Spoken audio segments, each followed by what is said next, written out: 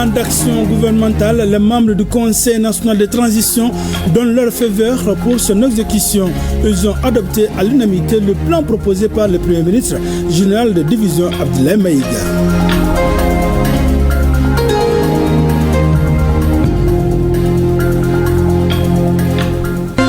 Plus de peur que de mal au grand marché de Bamako. Un immeuble abritant des couturiers a pris feu hier. Le feu a causé d'énormes dégâts matériels, mais pas de pertes en vies humaines. Mesdames, Messieurs, bonjour et bienvenue aux informations. Les membres du Conseil national de transition ont donné leur quitus pour le plan d'action gouvernemental. Les membres du CNT ont adopté en unanimité les 8 axes et des 311 activités contenues dans le document. Le quitus est ainsi donné à l'équipe du général de division Abdoulaye Maïga pour son exécution. Eh bien, retour sur une journée du PAG au CNT, une journée bien remplie par le ATEM au Centre international de conférence de Bamako. C'est avec Sidiki Dambélé. Journée marathon, c'est lundi 19 mai 2025 et pour l'exécutif et pour les législatifs, tout comme d'ailleurs pour Bozola, la maison de la radio, mobilisée pour une journée de direct radio, télé et page Facebook. Et pour cause, la grande et longue séance d'explication entre les membres du Conseil national de transition et le Premier ministre. Des questions-réponses sur le contenu du programme d'action du gouvernement PAG présenté 48 heures auparavant. Volumineux document contenant 8 axes prioritaires fixés par le président de la transition, 24 objectifs, 72 actions et 311 activités. Financement à rechercher par le budget national, plus de 1671 milliards de francs CFA avec à la clé des indicateurs d'évaluation. 483 au total. Il a fallu donc aux membres du CNT et au gouvernement un chrono de 7h30 en 2 passages. 4h30 pour les 11 commissions et les 133 membres présents et 3 heures de temps pour le Premier ministre. Rester debout 2 heures de temps pour répondre à la première série de questions. Fastidieux exercice. D'où l'invitation du président du CNT à des séances de pause. Si vous voulez, on peut vous laisser souffler le temps de revenir non, ça peut aller. Pour un deuxième passage avec plus de précision. Sinon, 2 heures d'horloge, c'est un peu fatigant quand même. Hein. Oui, je pense que je vous en prie, vous aurez l'occasion de revenir. Ah, très bien. Donc, ceci étant, donc on va donner le temps à Monsieur le Premier ministre vraiment de prendre une petite pause. Juste le temps pour vous aussi. On a déjà une liste d'intervenants. Donc je vais les appeler directement pour qu'ils reviennent avec certainement des questions de relance ou bien des nouvelles questions. Donc entre-temps, on aura quoi 1h30 pour ces nouvelles questions. Et ensuite, Monsieur le Premier ministre viendra pour apporter... Voilà, donc merci bien. La séance est donc suspendue. L'exercice aura tenu toutes ses promesses. Des séances pour s'écouter, s'expliquer, se comprendre, chercher des réponses, reformuler des questions, se défendre, relancer, convaincre, voter, bref, se retrouver in fine autour de l'essentiel. Le plan de bataille pour une transition réussie. Plan adopté à l'unanimité par les membres du CNT. Reste maintenant à mobilisation collective autour de ces PAG pour poursuivre, voire accélérer les grands chantiers du Malikoura.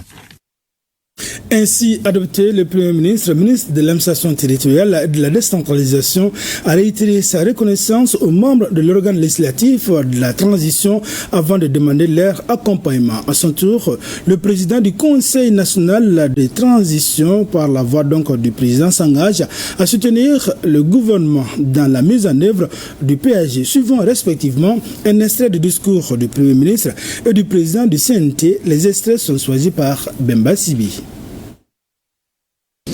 Je mesure l'immensité des défis qui m'incombent et m'engage conséquemment devant votre auguste assemblée à tout mettre en œuvre pour mener à bon port le plan d'action du gouvernement 2025-2026, articulé notamment autour de 8 axes prioritaires issus de la lettre de cadrage du président de la transition, chef de l'État, que j'ai eu l'insigne honneur de développer lors de la dernière séance de votre institution.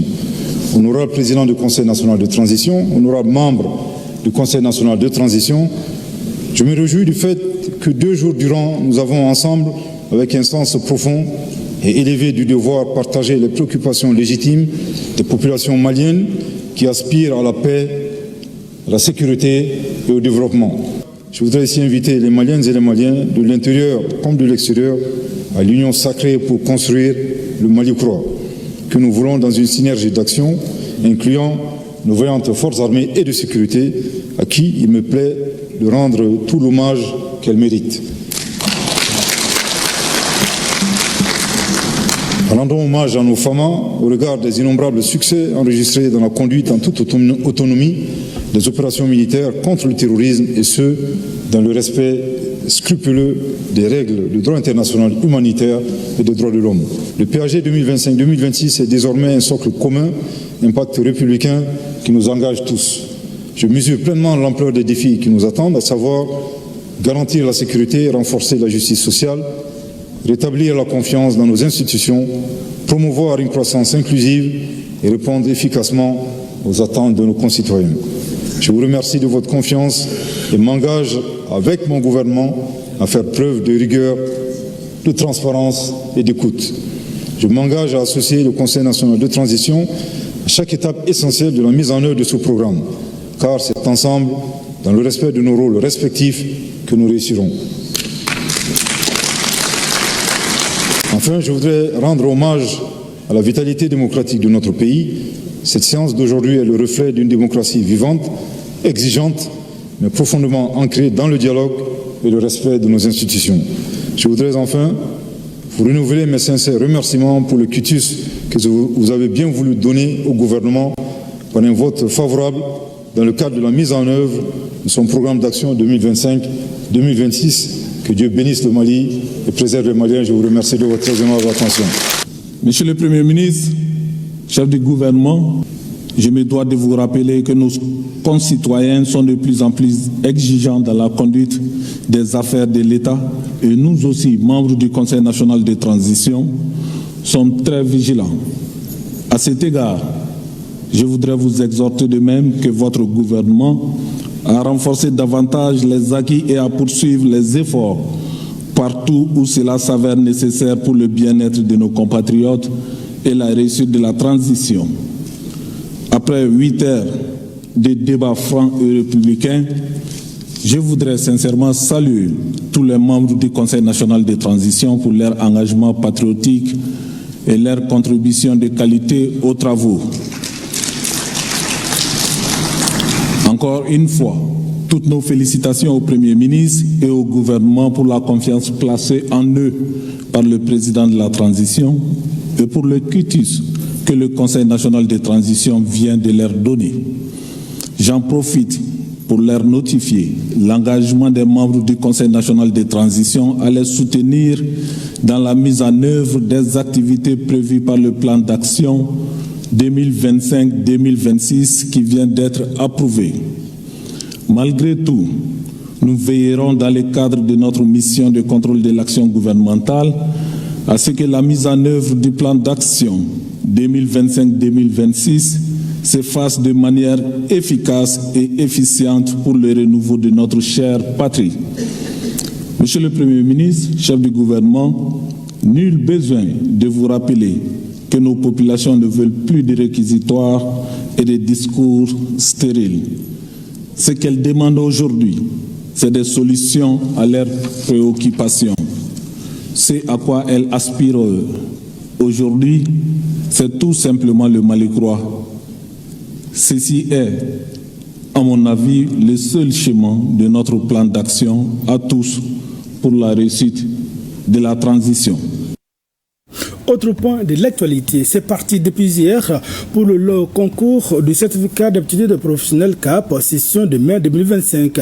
À Nioro, c'est le conseiller aux affaires administratives juridiques du gouverneur qui a donné le ton. Par ailleurs, à Ségou, le conseiller aux affaires administratives juridiques du gouverneur a prodigué des conseils aux candidats. À Caille, le lancement symbolique a été fait par le gouverneur de la région à l'IFP CAE Industrie en présence des autorités scolaires. Les temps forts de lancement des épreuves du CAP avec nos reporters Moussa Diakité à Nioro, Ségou Abdelrahman Singare et Akaï Brima Dao. Les épreuves du certificat d'aptitude professionnelle CAP, session de mai 2025, ont démarré ce lundi 19 mai dans la cité des Rails. Ils sont 459 candidats, dont 75 réguliers et 384 candidats libres à compétir pour le précieux sésame, les CAP. C'est à 8h pile que le chef de l'exécutif régional, en présence de sa délégation composée des autorités scolaires, des responsables du centre, a ouvert la première enveloppe contenant le premier sujet axé sur l'électrotechnique. Après cet exercice, le gouverneur et sa délégation se sont rendus à l'IFP tertiaire. À l'issue de la visite, le gouverneur de région, général de brigade Moussa Soumaré, a exprimé sa satisfaction. C'est toujours l'occasion pour nous de voir d'abord si toutes les conditions sont réunies afin que les épreuves puissent se dérouler normalement. Et à ce niveau-là, nous avons été heureux de constater que effectivement l'ensemble des conditions est réunies pour que les élèves puissent faire cette évaluation-là de façon correcte. En ce sens que les salles étaient disponibles, les candidats étaient là, le président du centre est là, les surveillants également, et la sécurité aussi est bien assurée. Donc nous pouvons dire que toutes les conditions sont effectivement réunies afin que les épreuves puissent se dérouler normalement. Ensuite, nous avons également prodigué des conseils aux candidats en leur disant surtout que c'est juste un examen et c'est comme les évaluations qu'ils ont eu à faire pendant l'année scolaire. Et donc de rester serein et calme et surtout de bien lire les sujets avant de se lancer dans les réponses. Aussi, nous avons beaucoup insisté sur le cas des fraudes, parce que nous menons aujourd'hui une lutte implacable contre la fraude au niveau des écoles. Nous avons demandé de compter sur eux-mêmes. A rappelé que pour cette session 2025 de l'examen du certificat d'aptitude professionnelle, l'Académie d'enseignement de Caille compte 4 centres, dont 2 à Caille, 1 à Maïna et 1 à Manantali. Il s'agit à travers cette visite des autorités régionales de constater le démarrage des épreuves du certificat d'aptitude professionnelle CAP. Au lycée Cabral, où le conseiller aux affaires administratives et juridiques a ouvert l'enveloppe contenant les premiers sujets, tout comme au centre d'enseignement technique et industriel CETI, les premières épreuves semblent être abordables. Ce matin, nous venons de débuter l'électrotechnique. Le sujet, c'est à la hauteur de nos compétences. Le conseil que j'ai c'est juste seulement de dire à mes camarades de traiter les sujets avec juste seulement nos compétences, ne pas tricher. Durant 4 jours, les candidats et les candidates évoluant dans les filières industrie et tertiaire vont prouver leurs connaissances acquises pendant la formation. Nous avons en tout et pour tout, au compte de l'Académie d'enseignement de Ségou, 5 différents centres, à savoir 2 centres en ville ici à Ségou.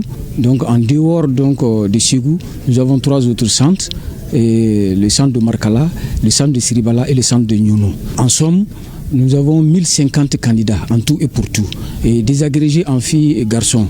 Pour les filles, nous avons 516 candidates et les garçons 534. Les épreuves ont démarré sans difficulté. À l'endroit des candidats, je leur dirais d'être sereins, de se concentrer sur les sujets d'examen, de ne pas être angoissés. Les épreuves ne vont pas sortir du programme officiel, donc c'est comme si ils ont déjà connaissance des sujets d'examen susceptibles d'être posés.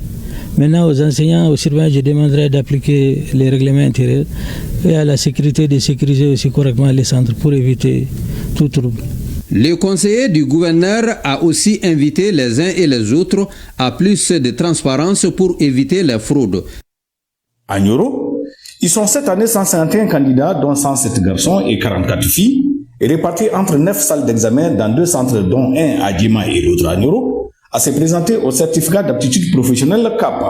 À 7h30, le conseiller aux affaires administratives et juridiques du gouverneur, à la tête d'une importante délégation, s'est rendu au centre A de Nioro pour constater le bon démarrage des épreuves. C'est à 8h précises que la salle numéro 1 de la filière aide comptable a eu l'honneur d'abriter l'ouverture de la première enveloppe contenant les épreuves de comptabilité, hygiène et documents commerciaux. Les visiteurs ont prodigué des conseils et souhaité bonne chance aux candidats. La façon dont nous avons commencé, avec une année scolaire apaisée, sans problème, c'est sûr que les examens de fin d'année vont se dérouler conformément aux souhaits de l'administration scolaire, à commencer par le premier responsable du département, le ministre de l'Éducation nationale. C'est le vœu ardent de nous tous. On a pris beaucoup de dispositions par rapport à ça pour que les examens puissent se tenir dans les bonnes conditions. Le Mali croit, ça commence, je dirais, par l'école, les éducateurs et les enfants. L'avenir, c'est eux. Au nom du gouverneur, je dois encourager les élèves, leur dire de se faire confiance et que l'avenir de ce pays est bâti sur la jeunesse, sur leur engagement, leur dévouement, peut faire en sorte que ce changement escompté peut arriver un jour, et ça commence par l'école. Les enfants, il faut les apprendre à être honnêtes, à être sincères depuis leur passage. La marche contre la fraude, je le dis encore une fois de plus, c'est symbolique. La fraude, on ne prend pas le fraudeur, mais il faut empêcher que la fraude se produise. Et c'est ce qui est le plus important. Même scénario à Koutiala et à Bougouni, dans la capitale du Bani Mounouché. Ils sont plus de 600 candidats répartis entre 4 centres. Cette année, dans la capitale de l'Or Blanc, ils sont 1147 candidats inscrits. Les détails, c'est avec Agali Ag Agissa à Bougouni et à Koutiala Bremakone. Les épreuves écrites du certificat d'aptitude professionnelle CAP ont démarré ce lundi 19 mai 2025 à Koutiala. Le temps est donné à travers la comptabilité usuelle, l'une des matières principales des aides comptables estimées à 174 candidats au centre du complexe scolaire Django Magassi. Dans ce centre, tout comme ailleurs, le CAP se déroule dans les règles de l'art. Le pays compte sur ses enfants. Donc j'ai appelé les enfants à être beaucoup plus proactifs en abordant les sujets, à être beaucoup plus attentifs en évitant les fraudes. On a besoin aujourd'hui qu'ils fassent un travail personnel. C'est ce qui peut nous assurer un bel avenir. Globalement, l'Académie d'enseignement de Koutiala compte 1147 candidats répartis entre 6 centres. 104 surveillants sont déployés dans 46 salles. Ainsi, chaque acteur devra jouer sa partition pour que cette année scolaire jugée studieuse soit loyalement fructueuse. On ne peut que les encourager, les remercier au nom des plus hautes autorités. C'est de ça qu'on a besoin. Un climat apaisé. Ça commence par l'école, ça passe par l'école. Quand une école est apaisée, il va sans dire que le pays suivra l'école, parce que chaque parent suit ses enfants. Ils ont fourni l'effort que tout Malien aujourd'hui conscient doit fournir. Visiblement, les candidats sont concentrés pour bien gérer l'une des étapes les plus importantes de leur parcours scolaire, qu'est le CAP. Le gouverneur s'est rendu tôt ce lundi matin au lycée Kalilou Fofana, le seul centre qu'abrite la ville de Bougouni. Le général de brigade Ousmane Wele est venu constater de visu le déroulement des épreuves des certificats d'aptitude professionnelle, session de 2025. Ils sont plusieurs candidats au niveau de la 15e région. Nous avons 644 candidats au CAP et dont 4 centres. Bougouni, Wulisi Bougou, Yanfouila et Sélingué. Les programmes scolaires ont été exécutés à hauteur de souhait. Le climat scolaire a été apaisé. Les partenaires de l'éducation et les acteurs se sont impliqués pour le bon déroulement de l'année scolaire. Le gouverneur qui a ouvert la première enveloppe de l'épreuve comptabilité usuelle dans une salle d'aide comptable se réjouit de l'organisation et du bon déroulement de l'année scolaire 2024-2025. C'est une année scolaire normale à laquelle nous avons assisté. Je voudrais juste à cet effet inviter les enfants à avoir confiance en leurs connaissances. Les connaissances acquises dans la classe. Les épreuves écrites se poursuivent dans la région jusqu'au 22 mai. Rappelons que la délégation du gouverneur a assisté à la montée du drapeau avant de faire le tour des salles. Certificat d'aptitude professionnelle CAP, on en parle toujours dans ce journal. À Gao, ils sont plus de 197 candidats pour la région. À Tombouctou, 328 candidats, dont 148 filles prennent part à l'examen. Le point avec Rakiatou Touré depuis Gao et Najim Baba Sissé depuis Tombouctou. À Tombouctou, on dénombre 2 centres pour les examens du certificat d'aptitude professionnelle, session de 2024-2025. Le centre de formation Amadou Badou et celui de l'Institut de formation professionnelle de Diré, délocalisé au lycée Mohamed Alassane Haïdara. Le directeur de cabinet du gouverneur en compagnie de l'ensemble des acteurs de l'éducation lance officiellement la session. Que tout se passe bien, toutes les conditions sont réunies pour tenir ces examens du certificat d'aptitude professionnelle dans les différentes filières, notamment employés de bureau, aide comptable. Nous avons également aussi l'électricité, ce qui concerne les bâtiments. Voilà, donc ce sont des métiers porteurs ici dans la région de Tombouctou. Les candidats sont sereins face aux épreuves dans les filières d'examen. Pour le moment, c'est facile. Je dis à mes camarades, bonne chance pour tout le monde. Des dispositions ont été prises en amont par les responsables scolaires à tous les niveaux pour la bonne tenue de ces examens. Les réunions préparatoires ont été organisées à temps. Et les salles ont été préparées à temps, les listes ont été affichées à temps.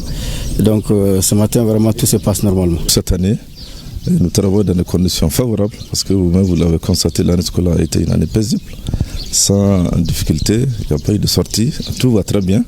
Donc en ce qui concerne les examens aussi, toutes les dispositions ont été prises, notamment les confidentiels qui étaient déjà sur place, les présidents de centre, les surveillants, tout le monde est sur place. Nous avons un total de 328 candidats, dont 148 filles et 180 garçons. L'année passée, on était à 282 et cette année, l'effectif est de 328. Pour dire qu'il y a une évolution donc, de l'effectif au niveau des candidats de cette année.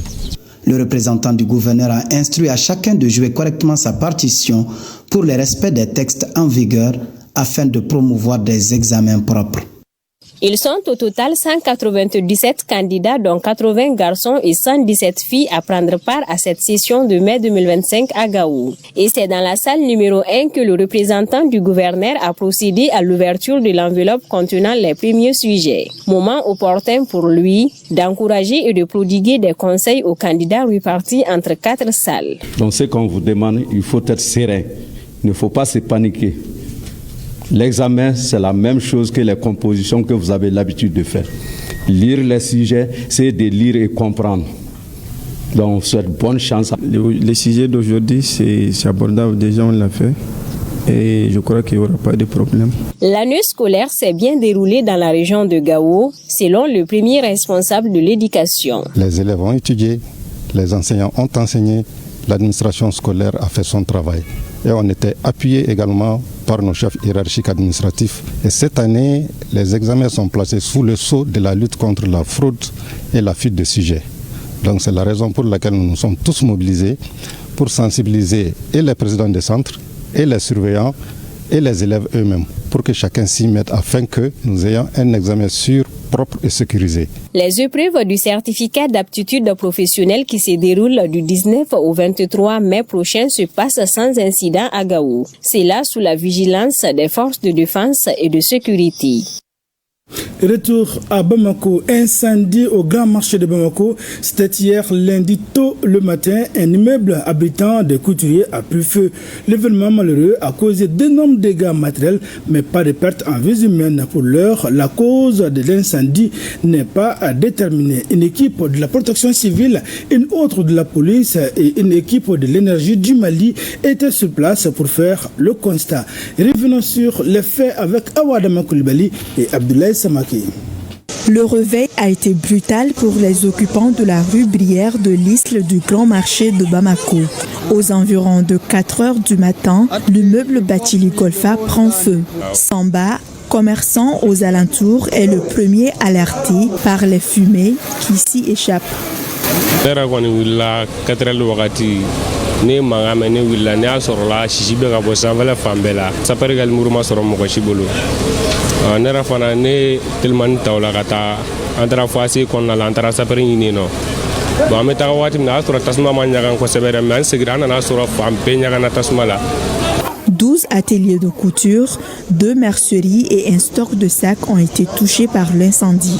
Absents lors des faits, les propriétaires arrivés en panique n'ont pu que constater les dégâts. Aucun article n'est récupérable.